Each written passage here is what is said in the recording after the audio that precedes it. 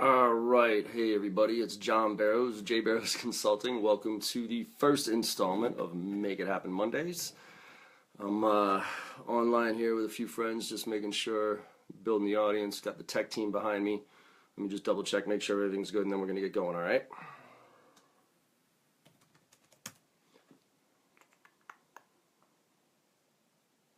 All right, cool, people are in. Fantastic. Well, we're going to kick things off right at 12:30 here. So, there it is. It's 12:30. So, again, John Barrows, Make It Happen Mondays. How's everybody doing today? I doubt everybody's going to be doing as awesome as I am, just mainly because the Patriots just pulled off one of the most ridiculous games in history. Not even Super Bowl history, not football history, in history. If anybody watched that, I know everybody outside of New England is a Patriot hater. But you gotta respect, you have to respect what they just did. And what they've been doing for 15 years, and that's actually, today, Make It Happen Mondays is all about, nuggets, answering questions that people have so we can get right into some execution-oriented type things, right? Hopefully I can add some value here. But it's also to just share some nuggets and tips and ideas to just help us get better. So pretty informal, hit me up with questions. I got a tech team that's helping me out following some of these questions.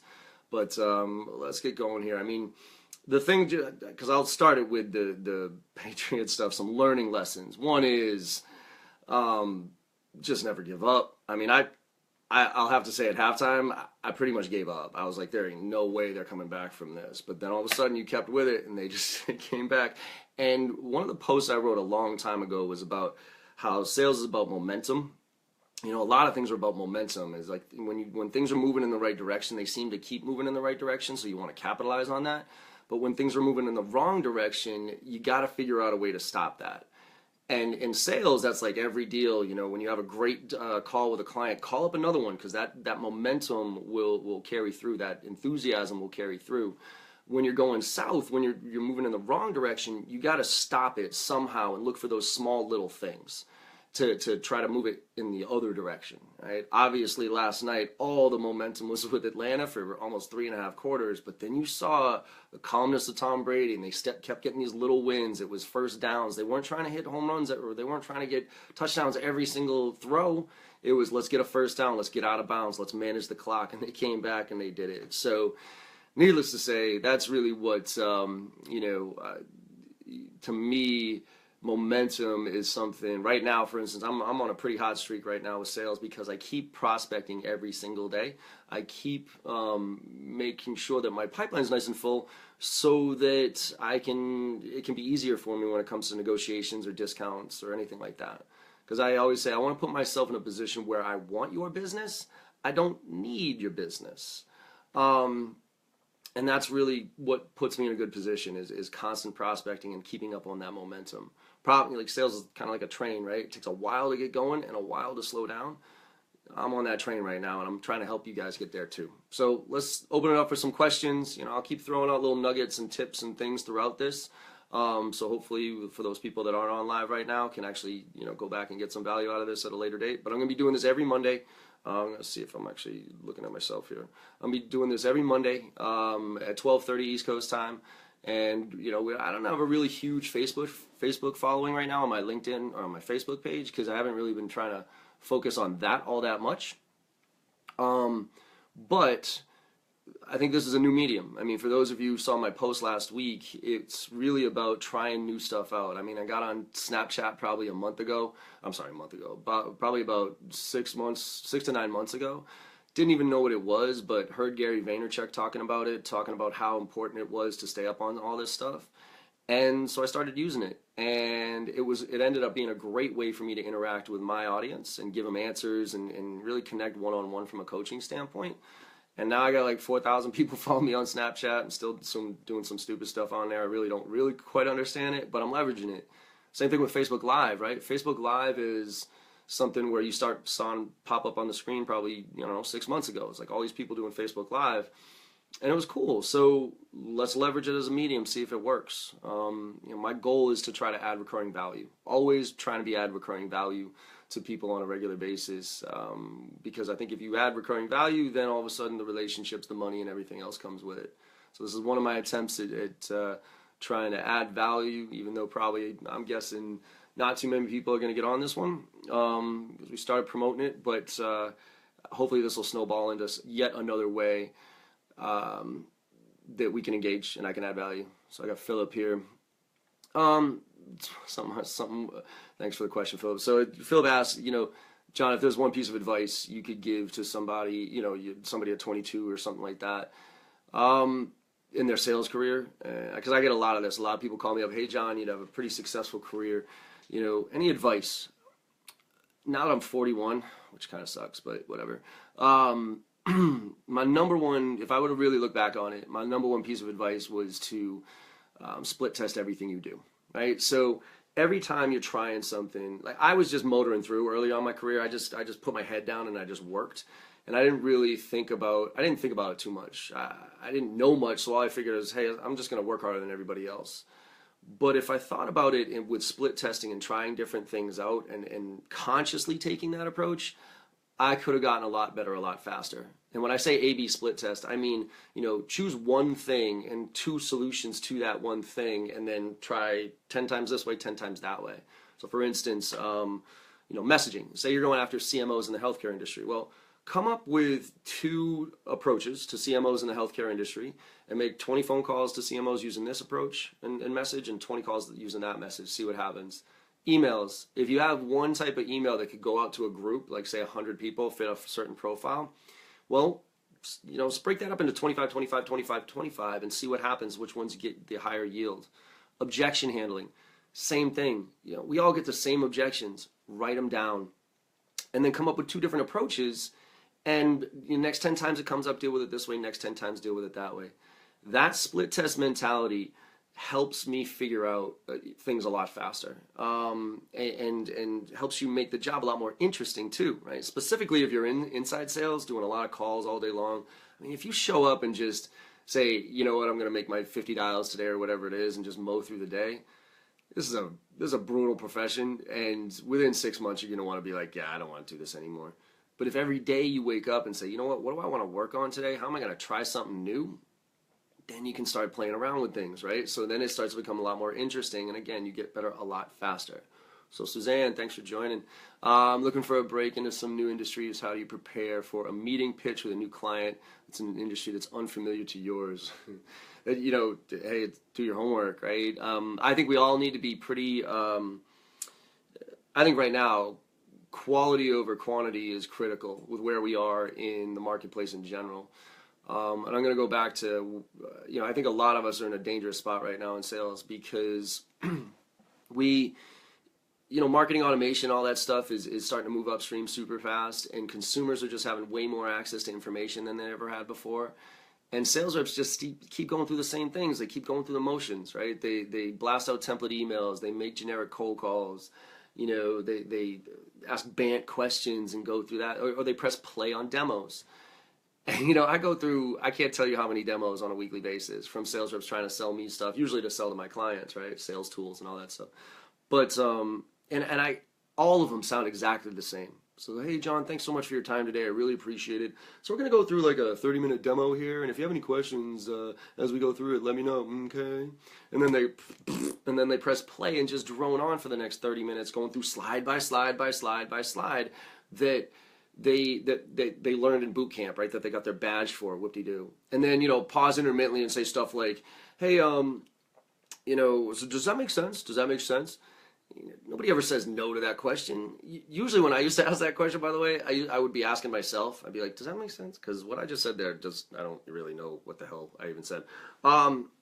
So, with that, and then at the end they always go, okay, have any questions? Well, no, and almost all demos end the same way. Well, you know what, John, sounds interesting. Why don't you send me some information and follow me in a couple of weeks or something like that. Yeah, does that make sense? Good, it's not. One of my posts of your, thank you, Carlos. But that is, to me, so frustrating because that is content. That is not what we do as sales professionals. Like one of the things Gary Vaynerchuk, who actually got me into Snapchat and got me into doing this Facebook Live stuff, after reading his posts, he talks a lot about content versus context. He said, everybody talks about content is king, those type of things. But he said, if content is king, then context is God. And that got me thinking about sales versus marketing, right? Marketing is content, sales is context. If we as sales professionals are not putting any content or context around our content, what good are we? So Susanna, going back to your question about the presentations, it's, have some context around it. Ask thoughtful questions. Don't say stuff like, hey, tell me about your priorities, right? I mean, look, I'm always a priority-based seller, okay? And the way I used to get to that was by saying, hey, tell me about your priorities, which is, I used to get very vague answers. But now I do my homework on that industry, that persona, that person, and come up with questions that are like what other people's priorities are in those roles and put some context around it. Say, hey, one of the things I wanted to talk to you about is, what are your priorities before we get into our demo here? We're typically working with CMOs in the healthcare industry who are telling us that their top priorities are X, Y, and Z right now. Walk me through a few of your priorities so that as I go through this demo, I can kind of pinpoint the aspects of this demo that are going to be most relevant to you. So another one for Suzanne, join on LinkedIn groups of those people, right? Those industries that you're thinking about getting into or trying to get into, not to troll for leads, but to actually, to listen to the questions that they're asking, the vocabulary that they use, and try to add some value. I mean, I join in LinkedIn groups all the time and answer questions. To say, try this, try that. Not to say, oh, call me because I can train you on that. It's just to try to add value. So one more point I'll make, and then I'll move on from some more questions here. But the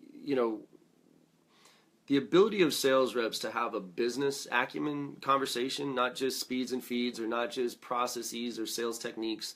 Business acumen is a huge, huge thing that I think we need to focus more on as sales professionals, so we can have better business level conversations. And again, the more research you do on the people that you're reaching out to, not just their LinkedIn profile, but literally go type a blog post. If you're going after CMOs in the healthcare industry, type in CMOs, healthcare industry, priorities 2017, see what comes up. Read a few of those blog posts and come up with some thoughtful questions. Because I don't care how experienced you are in sales, the number one thing we all got to get better in doing is asking better questions. Right? And I think those questions where we dig a little bit deeper show that we've done enough homework to ask those questions, but don't pretend like to be a thought leader when you're not. Nothing pisses me off more than kids who are, trying to be thought leaders when they're obviously not. They're brand new in an industry, they're brand new in a segment, and they're pretending like they know something. Again, I'll go to Gary on this one. He said, you can't be a 22-year-old life coach, right?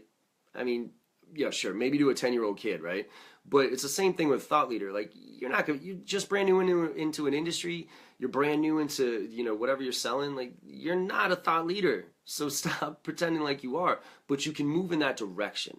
And when I say move in that direction, start educating yourself. So instead of checking your fantasy leagues or any of that dumb shit on, in the morning, read periodicals, read stuff about people and industries and personas that you're going after to learn, and then translate that into your questions. All right. So those are some things to think about at least, that could hopefully help you crack into that. But I think the more genuine curiosity you show, the better off you're going to be when it comes to cracking into new accounts, right? New industries and new territories.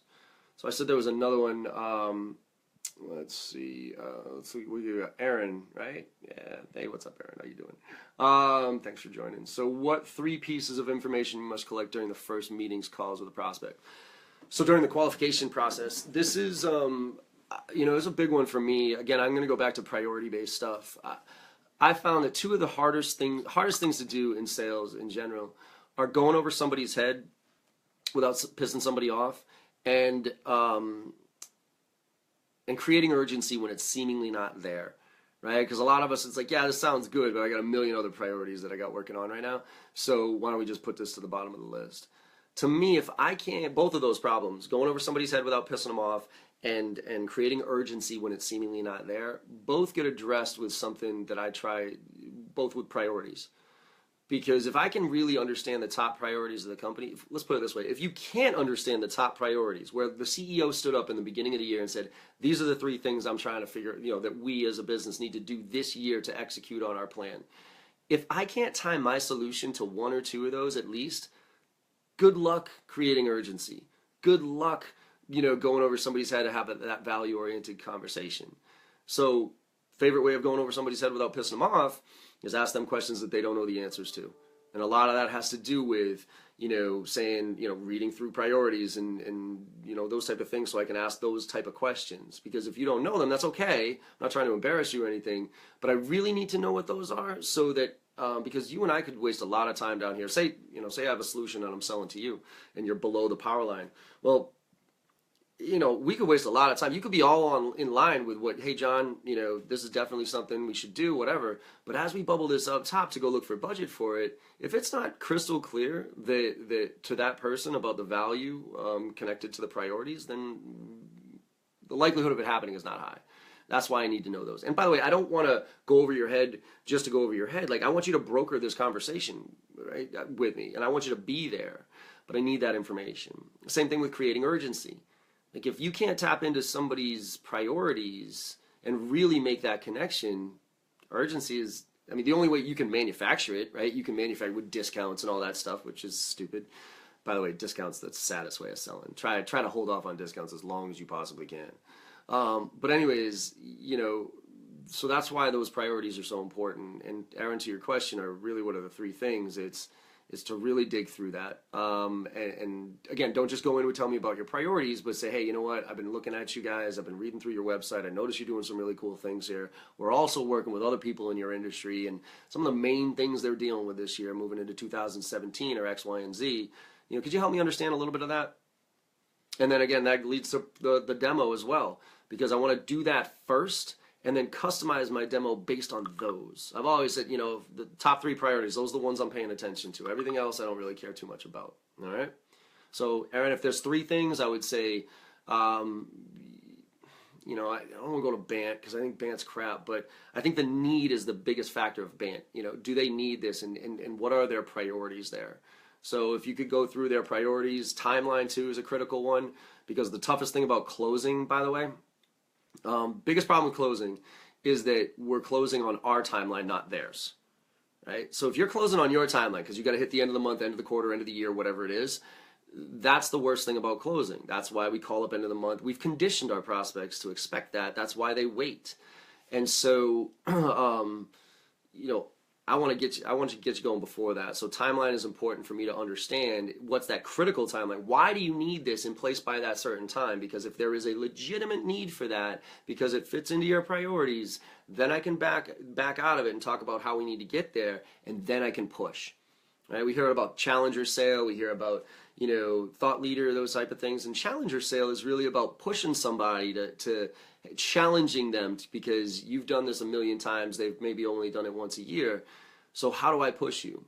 Well, you don't have the right to push me at all until you've dug in and understood what my priorities and what those compelling events, why I need this. But once you find that out, like legitimately, that's where you can push. That's where you can challenge. All right, so hopefully that helps, Aaron. Another question from Connor here. How do you differentiate between adding recurring value and wasting time on business type questions existing clients have? Adding recurring value and wasting time on business type questions existing customers have. There is a balance. To me, it starts with tearing out your accounts. Everything to me, if you're following account-based marketing, account-based sales, it's, everything starts with that ideal customer profile. What do they look like? And I don't mean just from a revenue standpoint or a size standpoint. I mean the nuances there, like what technologies are they using? Who's the competition in there? All these different things, because that allows me to really kind of say, okay, here are my tier ones, here are my tier twos, here are my tier threes. For my tier ones, existing customers, new ones, it doesn't matter. Those are the ones I'm going to take that quality approach to. I'm going to answer questions. I'm going to try to engage with them at a different level, really thoughtfully. My tier twos, I'm going to kind of take a little bit more of the quantity approach to, where I'll send out a whole group of emails or whatever to that persona. And my tier threes are practice. I used to throw my tier threes away and say, look, I don't even want you as clients. You guys, you're bad customers anyways.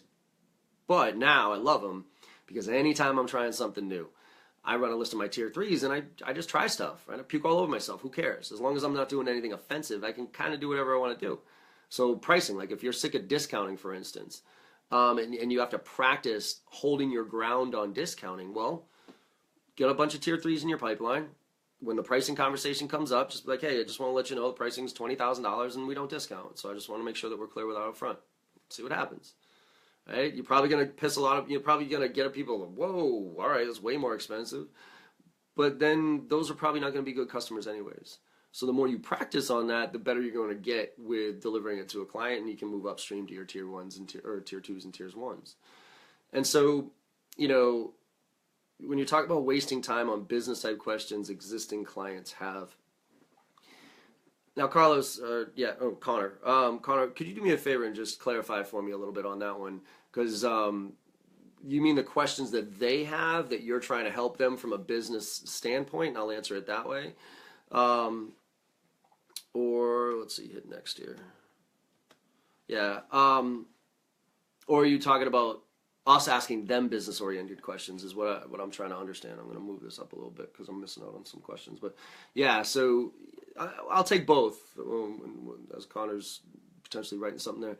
But asking business questions just to ask questions, that's a waste of time. That's a waste of everybody's time. You got to have a reason for your question. Why are you? And there's a nugget right there, by the way. Every time you ask every time you come up with a question to think about, okay, what am I going to ask this client during this meeting? Pretend like they're going to flip it right back on you, or just assume they're going to flip it right back on you and say, why do you need to know that? And you got to have a really damn good answer. Like when I was doing this training, I took this Basho training, which is what I represent now. I resell now some of it. And they had this perfect meeting thing where they were asking questions. So it's about asking questions at a level of industry, then the company, then the individual, then the project, then the environment, and then the close.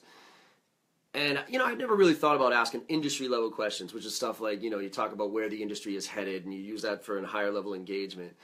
And the idea there is to get somebody talking, right? Get them talking about something that they're the expert in.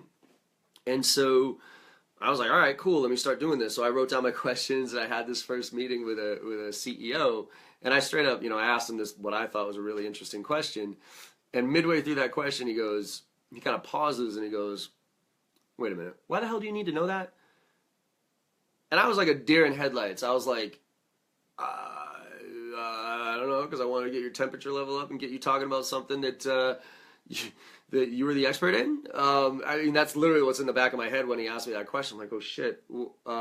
And now, thankfully, I had been in that industry in the past, so I was able to recover from it.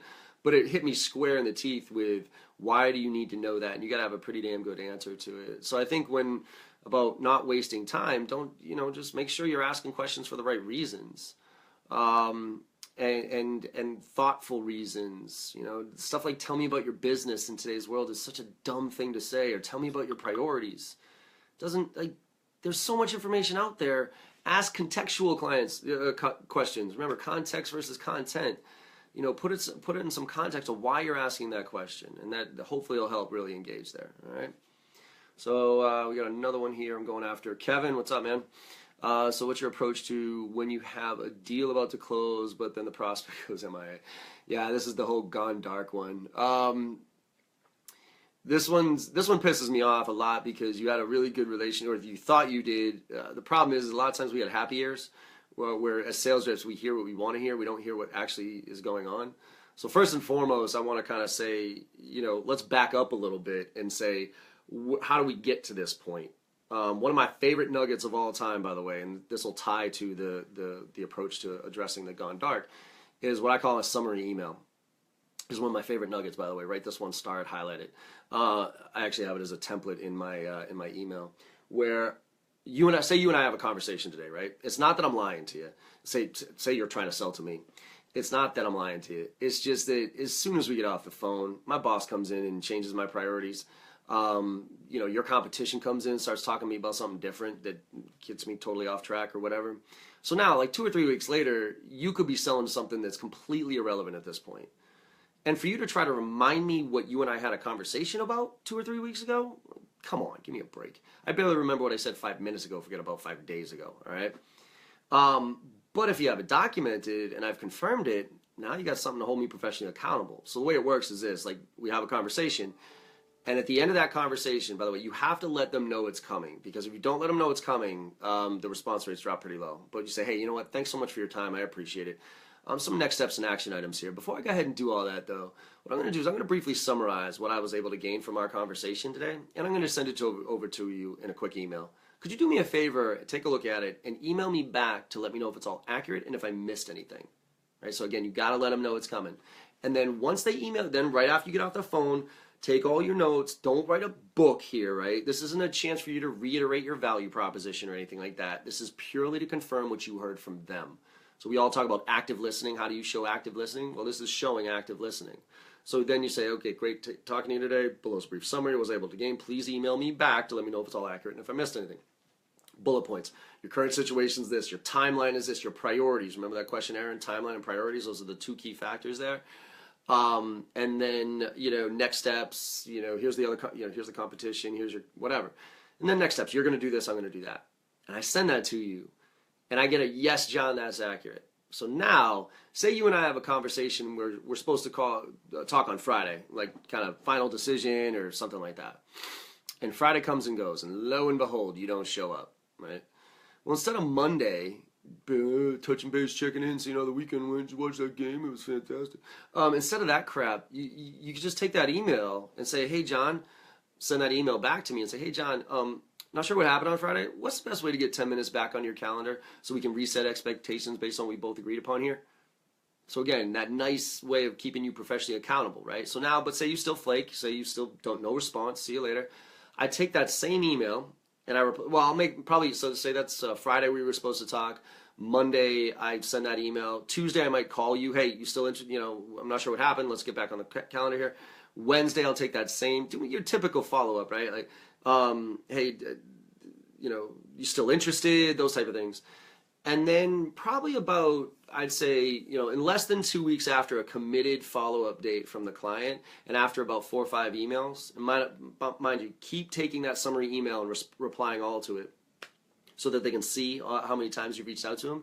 And then in your 5th or 6th email after about a week and a half or so, reply all to it again and just erase the original subject line and just put, did I lose you? Question mark. And when they open up the email, the next thing they see is just your signature file and the other 5 emails. I got like a 42 for 48 positive response rate on that one. It'll go out of style soon. That's a technique. It kind of replaces the stuck under a rock email, that stupid one that everybody sends out as their cadence, their final breakup email with a client that says, hey, been trying to reach out to you for a while now. Could you respond 1, 2, or 3 below? Let me know what's going on. And 1 is you're really interested, you're just super busy. 2 is you're not interested, take me off your list. 3 is you're stuck under a rock and you want me to call the fucking police, or you're getting eaten by an alligator, or hippos run. I mean, right? That to me is cheesy bullshit sales stuff. I'll take that back. It's not cheesy bullshit sales stuff. It's a technique that worked 3 years ago when nobody had heard it before, right? I mean, the first time you get that email, you're like, all right, I'm not stuck under a rock, sorry, John. But the very next time you get an email like that, it's a technique and you'll never reply to it again. And so it's the same thing with the did I lose you one, by the way.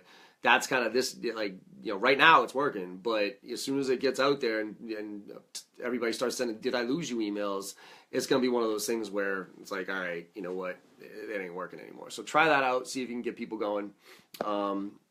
Let's see. Another one, Carlos. How quickly should we jump on a new method of outreach? Well, when you say that, I'm going to, and you can put some more context there if you want, but it's a new approach. A new method of outreach. So to me, I think you always should be trying things, but you should be consciously trying them. I try to give every approach at least 50 chances, right? So if I'm making cold calls, I'm going to try one approach 50 times or so, just to, ideally 100, because it, first of all, makes the math easy. But if, like 100 times to say, all right, this is working, right? And that's what, from a messaging standpoint. So calls and emails. Emails is way easier to do because you got tons of tracking stuff, but calls is a little bit harder. I go old school with phone. Like I just keep a notepad next to my desk and do 1, 2, 3, 4, 5, 1, 2, 3, 4, 5, right? So that's, but I think you should try new stuff all the time. New mediums, Facebook Live, Snapchat, engage that way. Be where your audience is. I mean, the number one reason I'm on Snapchat is because the social channel with the highest engagement for kids under the age of 26 years old is Snapchat. And that's one of my largest demographics. So if my number one demographics, number one social media channel is Snapchat, guess who has to be on Snapchat? This freaking 41-year-old dude who still has no idea what it's all about. So, be everywhere. And there's your follow-up, Carlos, which it just seems like every time I master something, a new thing comes out. You're right, man. It does. And it's going to keep happening. I mean, if you think of the iPhone, right? Like, if you're not, well, mine's, duh, I'm watching my iPhone. But if you think of anything, cars, phones, they always get better. Clients get better. They're more knowledgeable about what we do. So we got to get better. You know, somebody asked me this one time in a session a while back, and I always say there's no stupid questions, but yeah, there are in some ways. He said, "Hey, John, you know, clients are getting smarter and they're getting better and all this other stuff. So as sales reps, like, what do we do about that?" And I was like, "Get better." I don't know what to tell you. You know, this is you got to keep evolving. And so, and again, Carlos, you know, that to me is what keeps it interesting, because I can start to figure things out. Ooh, all right, that doesn't work anymore. Let's try something new. And that's really where I can, you know, have some fun with this job and not get too droned out. So I'm going to answer one more question because it's 1 o'clock. But Martin, on which metric would you take a closer look besides MRR and pipeline for a sales rep? For example, look onto unique leads, companies. Yeah, okay. So, you know, what other metrics that you can use? I mean, activity level is always there. It should be there just to make sure that the effort is there. And then pipeline is obvious. But social selling is really one of the hardest things to measure. You know, and actually, who does a really good job with some posts on this is Sales for Life. So Jamie Shanks is a friend of mine, and he runs Sales for Life, which is all about social selling. They got some real cool ebooks and stuff about how to measure the effects of social selling. But those are good ones that you bring up there. You know, if you have key target accounts, for instance, where you're doing the ABM or ABE approach or ABS approach, okay, how many new connections have you made on there through LinkedIn in the past week? How many times have you posted unique content or at least put your flavor on content in the various social channels? How many groups are you actively engaged with on a weekly basis in LinkedIn? You know, those are the type of things that you can start to really dissect and get nuanced around from a measurement standpoint. Because I do fundamentally believe you have to, it's quality is what wins the day, but the quantity needs to be there as well. You know, people say, "Oh, just work smarter." Shut up. You got to work hard too. You got to work your ass off. People ask me, "John, what's the secret to success?" Working your ass off. I drank my way through 4 years of college with my marketing degree. You know, I'm not a dumb kid, but I wasn't the brainiac out there, right? I just worked harder than everybody else. I still do, the most. And that to me is what success is all about. So that effort, that quantity number has to be there to fall back on something, so we can understand what our conversion ratios are between the stages and figure out where we need to have the most help. But then as soon as that quantity layer is down, then it's the quality stuff. Now it's the additional things that you're talking about there, Martin, about, you know, what other activities are you doing? I mean, other stuff like, you know, what webinars have you joined? What books have you read? You know, those are things. Going back to my business acumen comment, you know, that's something that's missing today. So if I'm coaching sales reps, like I'm saying, hey, what book and what you learned this month or something like that. But take a look at Jamie Shanks over at Sales for Life, and he's got some really cool things that you can talk about from a measurement standpoint, as specifically related to social, that are different than the basic, you know, MRR added to pipeline, number of activities. Here's one, number of executives that you engage with, right? Not just below the power line, but how many times did you actually engage with executives? That's another one I would be really interested in. Cool. So hopefully y'all got some value out of this. Again, it's first installment, so I'm going to be trying new things. I'll take all your suggestions. So if you want to hit me up on email, john@jbarrows.com, or you can hit me up on Snapchat. It's John, M as in Michael, Barrows, all one word. Same thing, that's my Twitter handle. Or, you know, just like I said, email me, whatever. And I'm really trying to figure out how to add value on a regular basis. And hopefully this Facebook Live thing at least brought some value to everybody out there, all right? So let's all make it a great day, everybody, all right? Make it happen. Cheers.